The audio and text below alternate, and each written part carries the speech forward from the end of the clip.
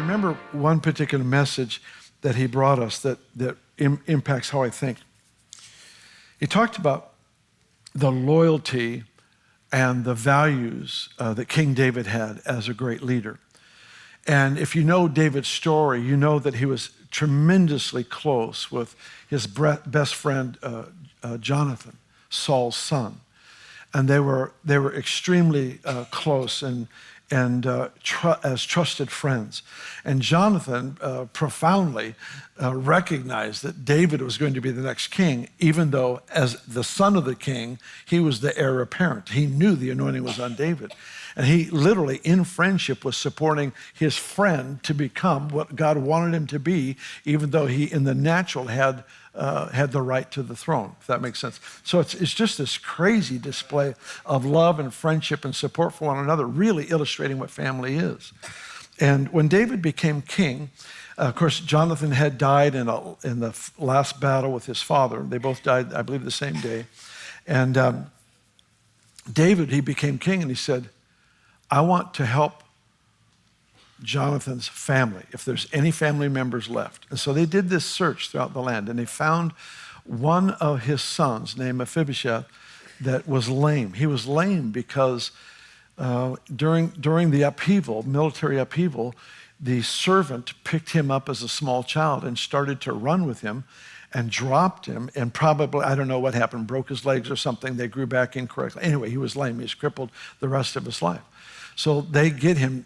Mephibosheth thinks he's going to die because when somebody becomes king, they wipe out all the previous king's family. And David brings him in before him, and he restores to Mephibosheth all the wealth that was in Jonathan's line, in his family. So he gave him all these, acres and acres of cropland and the cattle and the sheep and all the stuff that he would have owned. And he just restores it all to this son. And in the restoration, he's got all these servants, he's got all these people that are helping him. He's lame, but he's extremely wealthy now. And he's got the palace, he's got whatever home, he would live in and need. And he's got all these servants to cook for him, to help him. But David adds this one little part. Says, you got all this wealth, you got all this stuff that's yours, but I want you eating at my table. And so he insisted that this guy would eat at his table every day, that he would come to his home and eat there, even though he's got probably the best cooks that he could find and all the food that he would raise, and everything is set up for Mephibosheth to eat, to have a very good life on his own. And yet David says, I want you at my table. Well, here's the part that Dick hit us with so profoundly. He said, Mephibosheth is lame. But when you sit at the table of the Lord, when you sit at the table of family, all your lameness is covered. It's covered. And there's something about the connection of family that just covers lameness. It's such a profound story. We have an election coming up that's obviously a very heated issue. To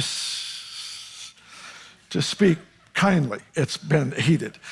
And we have Thanksgiving following that. And I doubt very much that there's not going to be any healthy families that sends out a questionnaire to all the family members before they come to make sure that family voted for the person that cooked the turkey, voted for the same person that the person who cooked the turkey would vote for. Because you wouldn't think of that in a healthy family. You would never consider that. One person thinks this way, another one thinks this way, but when you're at the table of family, the table of fellowship covers the blemishes, the brokenness, the things that don't work well, the lameness. That's family. That's the context of family. That's the whole concept of communion. It says, our Father. And there's something about the nature of God that can only be discovered in the context of relationships.